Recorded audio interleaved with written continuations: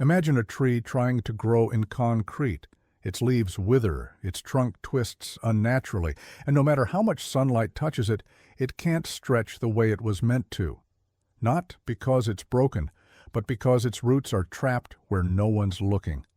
That's how many of us live, twisting ourselves through life, wondering why happiness feels distant, why relationships leave us aching, why success feels empty.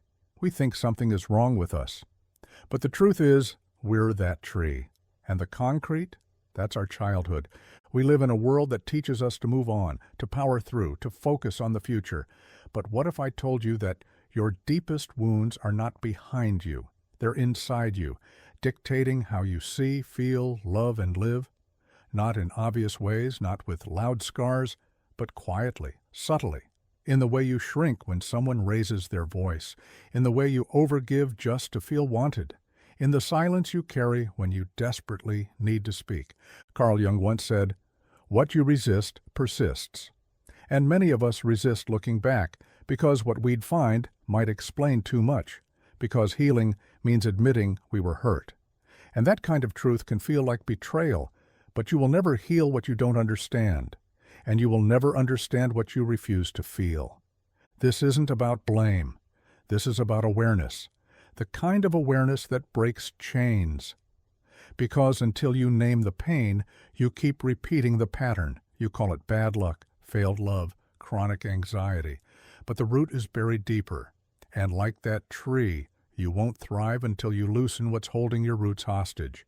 This is not going to be an easy story, but it's a necessary one, because no matter how strong you've become, there's still a part of you, small, scared, unseen, that's begging to be heard. That part isn't weak, it's wise, and it's been guiding you here, so don't turn away now. What you're about to discover may sting, but that sting is not your end, it's your beginning. Most people think childhood is something you grow out of, but that's a lie we tell ourselves so we don't have to feel what never got resolved. The truth? Childhood isn't something you leave behind, it's something you carry. Like a silent architect drafting blueprints you never agreed to, yet you live in the house it built. From the moment you were born, you were absorbing everything, not just words, but energy, not just actions, but meaning. Every look, every tone, every unmet need was recorded in your nervous system, shaping what you now call personality. You didn't just become who you are, you became what you needed to be to survive. Jung warned us, until you make the unconscious conscious, it will direct your life and you will call it fate. Think about that. How many things have you accepted as your nature when really they were just your coping? That constant overthinking? Maybe it started as hypervigilance in a home where safety was unpredictable, that fear of abandonment. Maybe it began the moment your parent turned away when you needed them most. We assume our choices are free, but so many of our choices are echoes of moments we don't even remember, but our bodies never forgot. That's the invisible blueprint, a pattern of responses that once protected you, but now keep you stuck. You want closeness, but you push people away. You crave love, but you settle for pain. You seek peace, but choose chaos, because it's what feels familiar. And familiarity always feels safer than the unknown, even when it hurts. Your past is not past. It's the lens you still see through, the rhythm you still move to. And unless you stop and ask where that rhythm came from, you'll keep dancing to music that isn't even yours. This isn't to make you feel broken. It's to help you realize that what you call flaws are actually survival. But survival isn't the same as living. And you're not a child anymore. You can't rewrite what happened, but you can stop letting it write your future. It starts with seeing, with asking, with remembering. That's how you loosen the blueprint's grip. That's how you finally begin to build something real, something yours. One of the most powerful lies we tell ourselves is, my childhood was fine. And maybe that's true. Maybe you were never hit, never screamed at, never left alone. Maybe the house was clean, the fridge was full, birthdays were celebrated. But fine doesn't mean fulfilled. Safe doesn't mean seen. Surviving isn't the same as thriving. And when you peel back the layers of memory, when you stop idealizing and start feeling, you begin to notice the cracks, the silences, the absences, the love that never learned how to speak your language.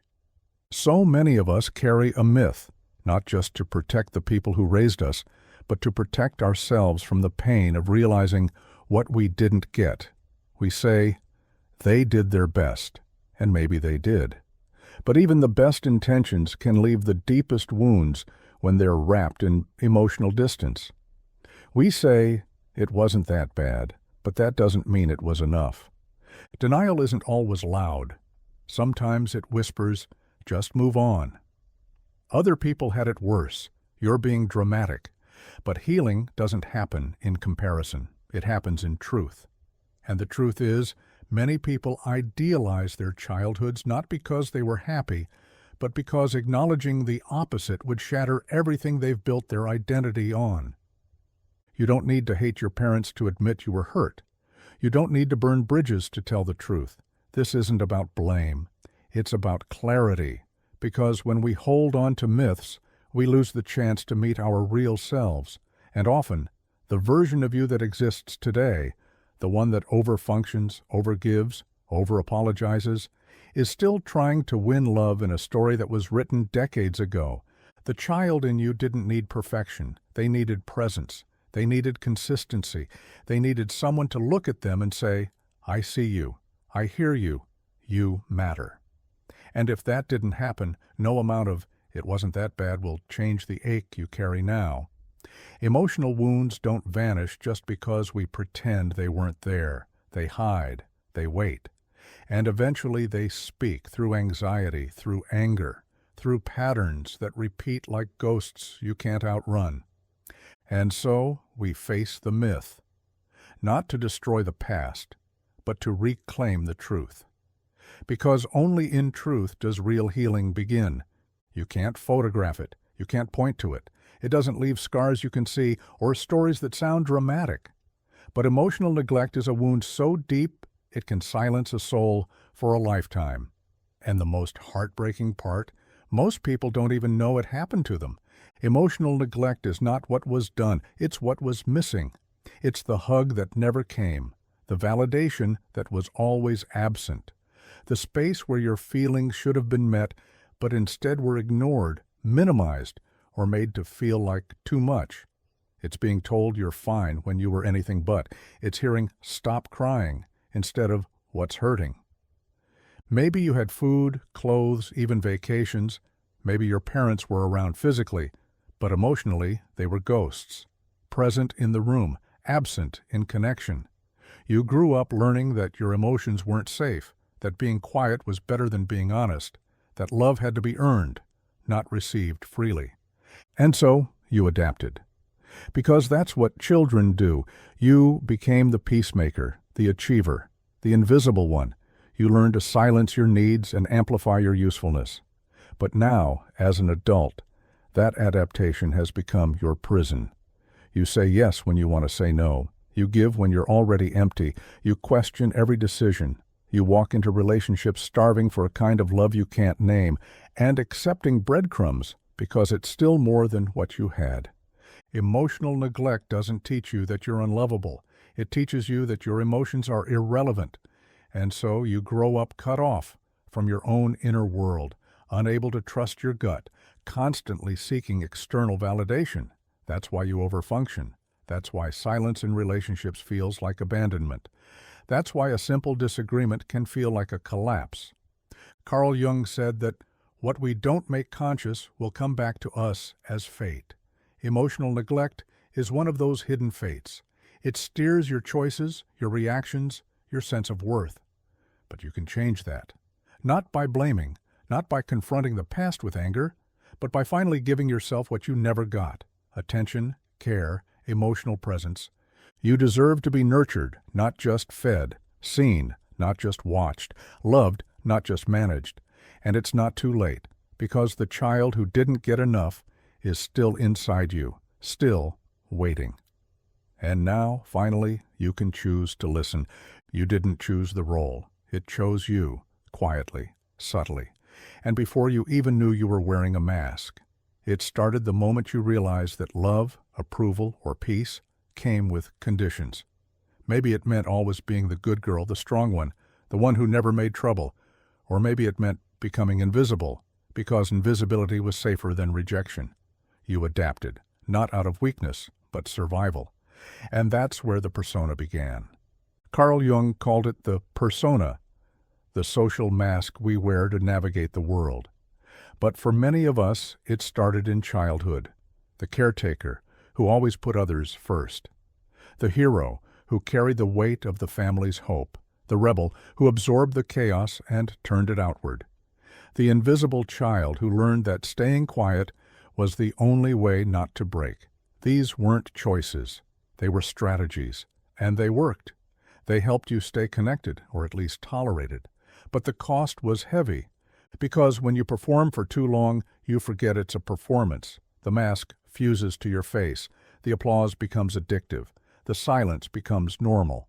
And slowly, the real you, the soft, messy, complicated self, gets buried. You convince yourself, this is who I am. But it's not. It's who you had to be. You wonder why you're exhausted all the time, why you can't stop helping, fixing, proving, why peace feels foreign and rest feels like failure. It's because you're still acting, still playing the role. And you've mistaken it for your identity. The truth is, that role was never you. It was armor. It kept you safe in a world that didn't feel safe. But you're not that child anymore. You don't have to keep performing for love that was always conditional. You don't have to be strong all the time, perfect all the time, useful all the time. You get to be. And yes, shedding that role will feel like dying, because for a while it was all you knew. But on the other side of that death is something far more real. Your actual self, unmasked, unapologetic, unburdened. You don't owe the world a performance. You owe yourself the truth. Before you had language, before you had boundaries, you were already carrying things that didn't belong to you. Your parents didn't just raise you. They saw you through their own wounds, their own shadows. And in their need to resolve what they never faced, they projected their unhealed selves onto you. Jung called it the shadow, the parts of us we refuse to see, the anger denied, the fear disowned, the need unloved. When people don't confront their shadows, they don't disappear. They leak. And in families, they leak onto children. A parent who never felt seen demands constant validation. A parent who felt abandoned becomes controlling. A parent who buried their emotions teaches you to bury yours. Suddenly, your existence becomes about their healing. You become the trophy, the scapegoat, the emotional sponge. Not because they were evil, but because they were unconscious. But you absorbed it all. You believed the pain was your fault, that the silence meant you were too much, that the anger meant you weren't enough. And here's the tragedy. You internalized their shadow as your truth. You grew up thinking love had to be earned, that being yourself was dangerous, that your feelings were a problem, not a signal. And so you adapted. Again, you shrank to be more acceptable. You overachieved to prove your worth. You made yourself small so they wouldn't feel overwhelmed. But in doing so, you lost parts of yourself. This is how children become strangers to themselves. You were so busy carrying what wasn't yours that you forgot to ask, who am I really? What do I love? What do I feel? What do I want? The hard truth, you were never too much. You were never not enough. You were simply a mirror, and what they saw in you scared them. Healing doesn't mean hating your parents. It means separating your reflection from their projection. It means giving back what was never yours to carry and reclaiming the parts of you that got buried beneath their unmet needs. Because the self you lost is still there, waiting, beneath the shame, beneath the guilt, beneath the story you were forced to believe. And the moment you stop living inside their shadow is the moment you begin to stand in your own light.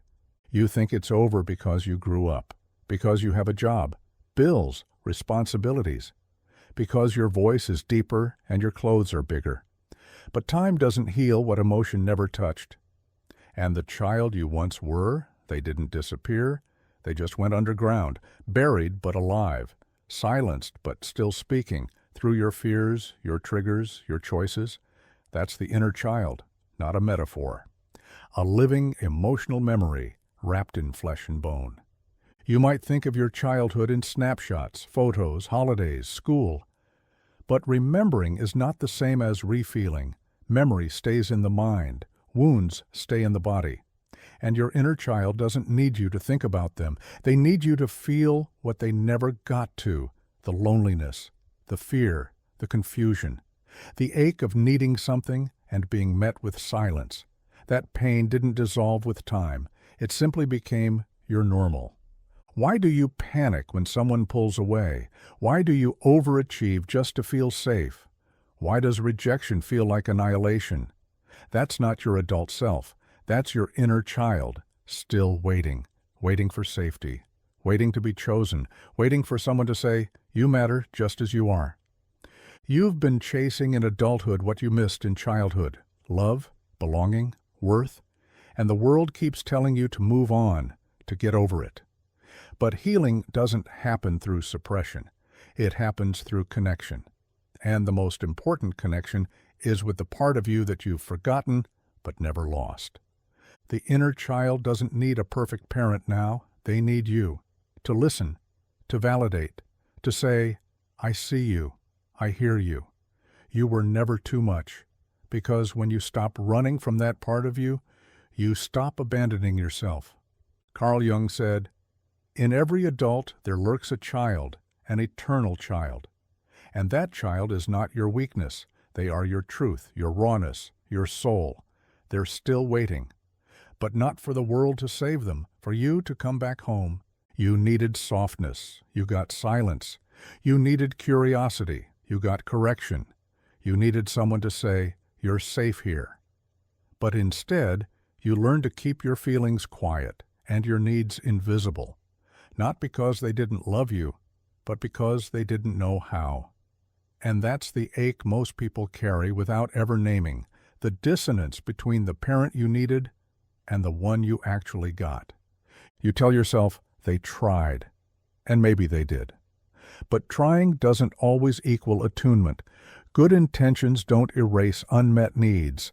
And love, real love, is not about doing your best.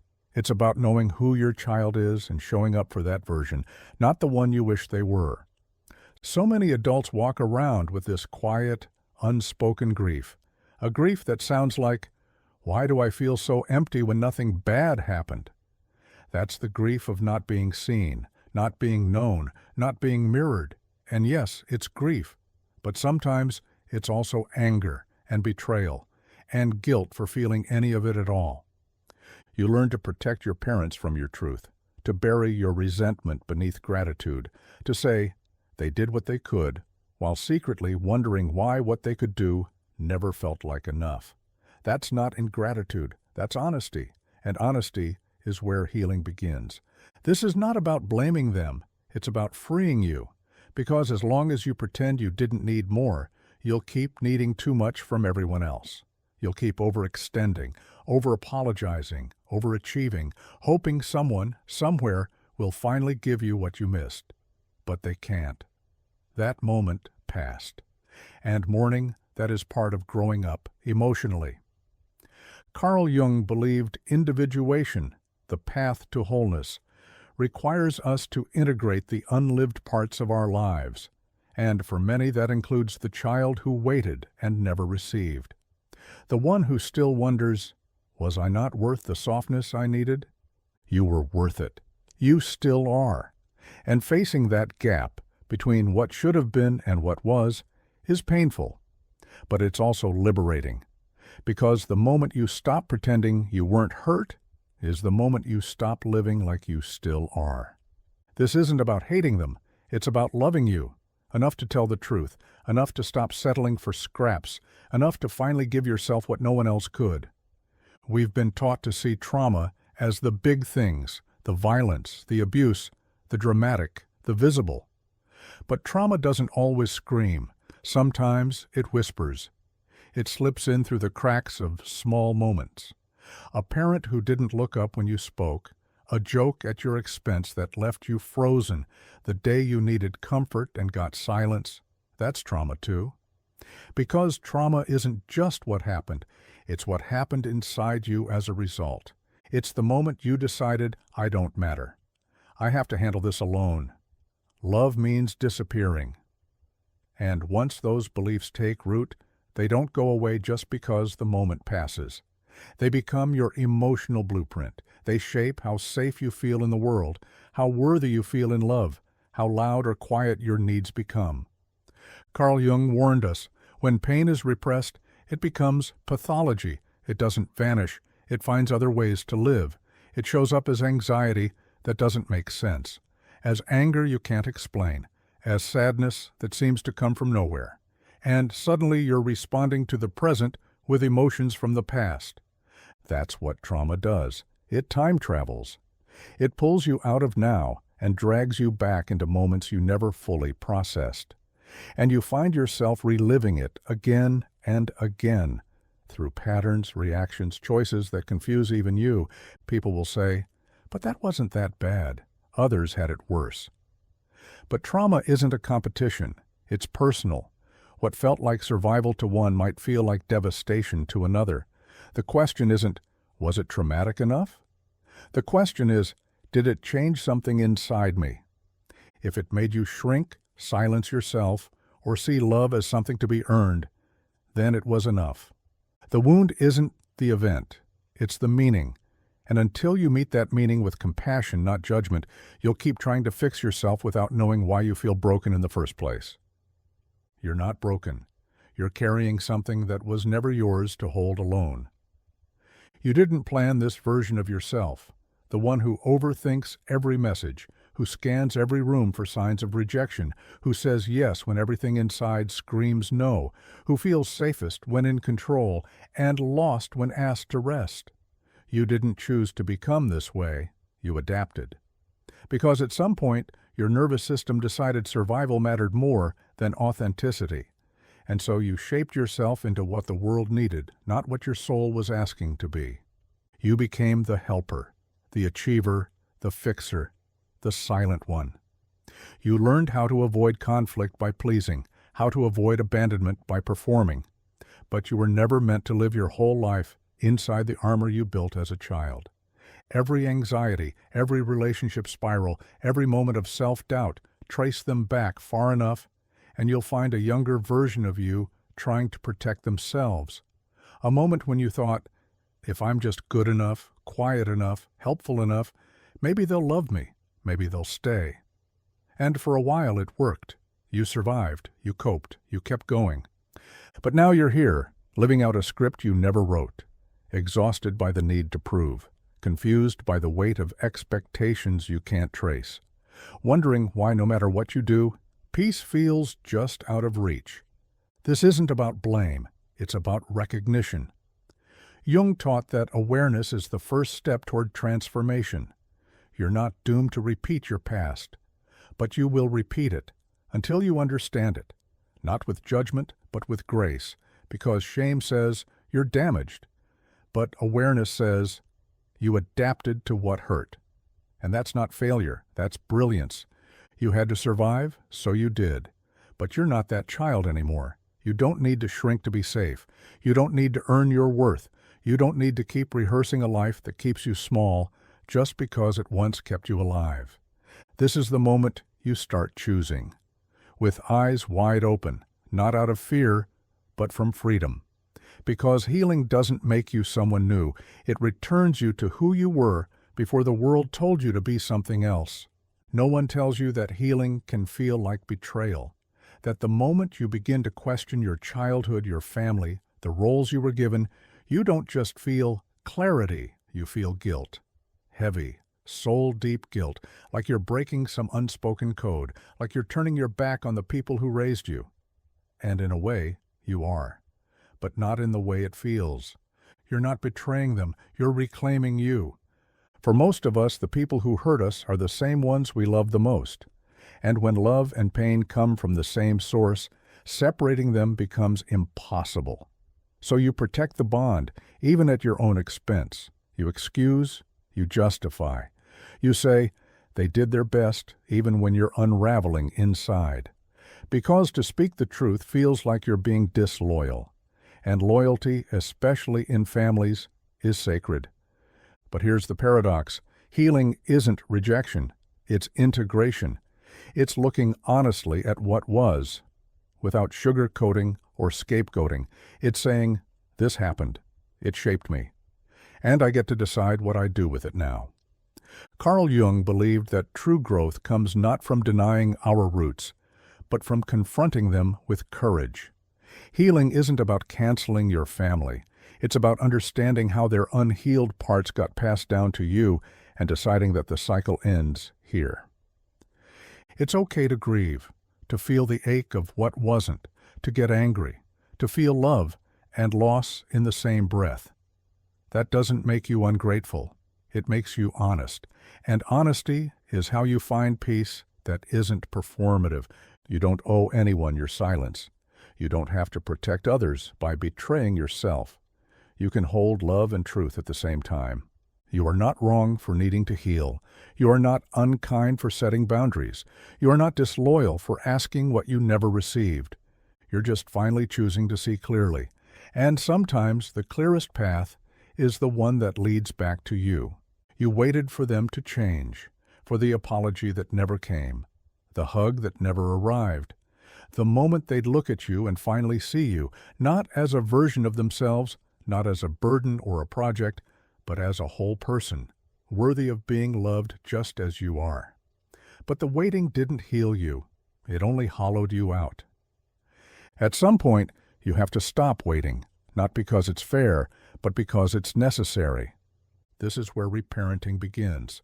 Reparenting means becoming the adult your younger self always needed, the one who listens, the one who doesn't shame you for feeling too much, the one who says, "You're safe now?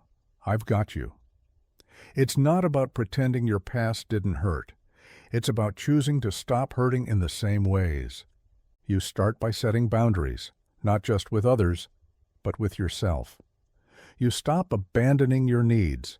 You stop betraying your body for approval. You stop shrinking for love. And you start showing up for you. You offer self-compassion, not perfectionism. You stop screaming at yourself with the same voice that once screamed at you. You learn to say, of course you feel this way. Of course it still hurts. But I'm here now, and I'm not leaving. This isn't easy. It's awkward. It's emotional. It's slow, but it's sacred. Carl Jung called it individuation, the process of becoming whole by integrating all the parts of yourself, not just the polished ones, not just the strong ones, but the wounded ones, the ashamed ones, the ones you were told to hide. Reparenting is how you do that, not through blame, through ownership. You were shaped by what you didn't get, but you are not forever bound to it. You can learn a new way. You can speak gently to yourself. You can choose safety over performance, rest over proving, truth over silence. You don't need to keep replaying the old script. You can write a new one where you are not the child longing to be chosen, but the adult choosing yourself again and again. This is how the cycle ends, not with revenge, with reparenting, with love, the kind you always deserved and finally learned how to give. You've read the books. You've made the connections. You understand the psychology. You know your patterns, your traumas, your family dynamics, and yet you still feel stuck, still triggered, still repeating what you swore you'd outgrow. That's because insight alone doesn't heal. Knowing is not enough. You can't think your way out of pain that lives in your body because trauma isn't just remembered. It's stored in the tension in your jaw, in the tightness in your chest, in the clenching of your stomach when someone raises their voice. You didn't just survive mentally, you survived somatically, and your body never forgot what your mind tried to move on from. Carl Jung understood this well. He believed that true transformation comes not just through analysis, but through integration, through feeling what was once too overwhelming to feel. That means going back, not to relive, but to re-experience, with safety, with support, with presence, because the emotions you had to numb back then, they didn't vanish. They waited. Healing begins when you stop bypassing those feelings with logic. When you sit in the grief you never acknowledged, the rage you were never allowed to express, the terror that was never named. And this isn't about drowning in emotion, it's about releasing what you've been holding far too long. Start small. Inner child work, writing to the younger you, asking what they needed, letting them speak. Journaling, not for answers but for release. Let the pen be your witness. And somatic awareness, practices that connect you back to your body. Breath work, movement, noticing where your body flinches, tightens, closes. These are the maps. Follow them. You don't need to fix your feelings, you need to feel them, because emotion is energy in motion.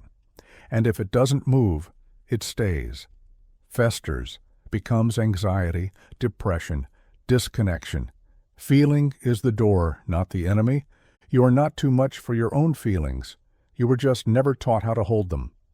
But now you can learn. And in doing so, you come home, to the parts of you that were never meant to be left behind. Healing is not a straight line. It's not a warm bath or a quiet meditation. Sometimes it's rage you didn't know you were allowed to feel. Sometimes it's grief that hits you in the middle of a grocery store. Sometimes it's losing who you thought you were so you can become who you really are. Healing is a fire. And yes, it burns. Carl Jung said, "There is no coming to consciousness without pain," because waking up to your truth means tearing down everything that was built to survive the lie, the role you played, the mask you wore, the love you settled for.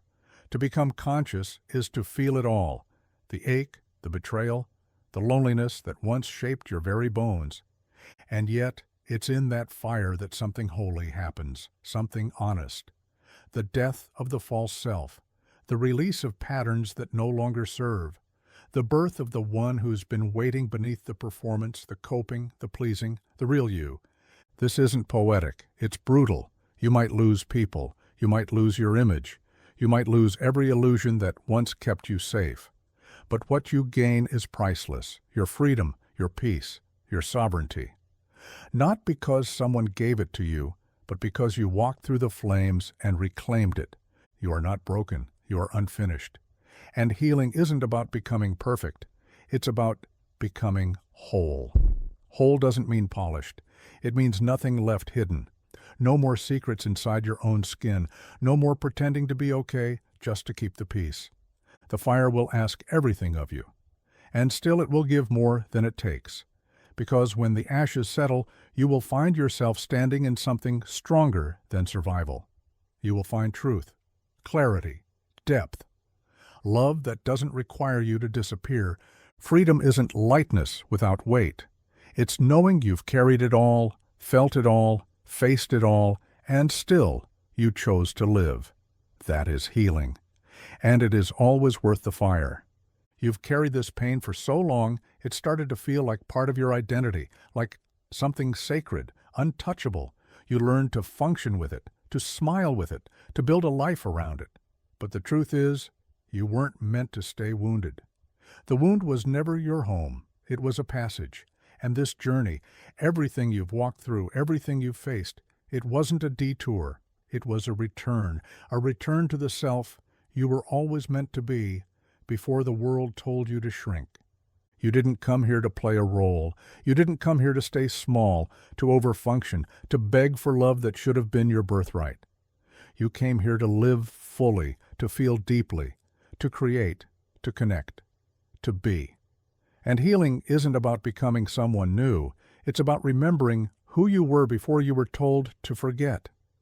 Reclaim the power you gave away as a child, the voice you silenced, the boundaries you erased, the softness you hardened just to survive. That wasn't weakness. That was strategy. But now, you get to choose differently. You're not trapped in that past. You're not locked into that story. And you're certainly not obligated to carry pain that isn't yours. This journey, through the shadow, through the grief, through the truth, isn't for the faint of heart. But you've made it here. You've felt the fire and stood inside it. And if no one told you this yet, I'm proud of you. Because facing what happened takes courage, but reclaiming who you are, that takes everything. Carl Jung taught that healing is not about perfection, it's about wholeness. And wholeness means making space for all of it, the child you were, the pain you carried, the strength you discovered, the truth you can finally speak. So now ask yourself, what if I stopped minimizing my story? What if I let it matter? What if I let it lead me home? You weren't meant to stay wounded. You were meant to transform, to take what hurt and let it become what frees you. This is your time, your truth, your life. Don't let anyone, including your old self, convince you otherwise. Your healing begins the moment you stop minimizing your story. Say it, believe it, live it. The rest begins now.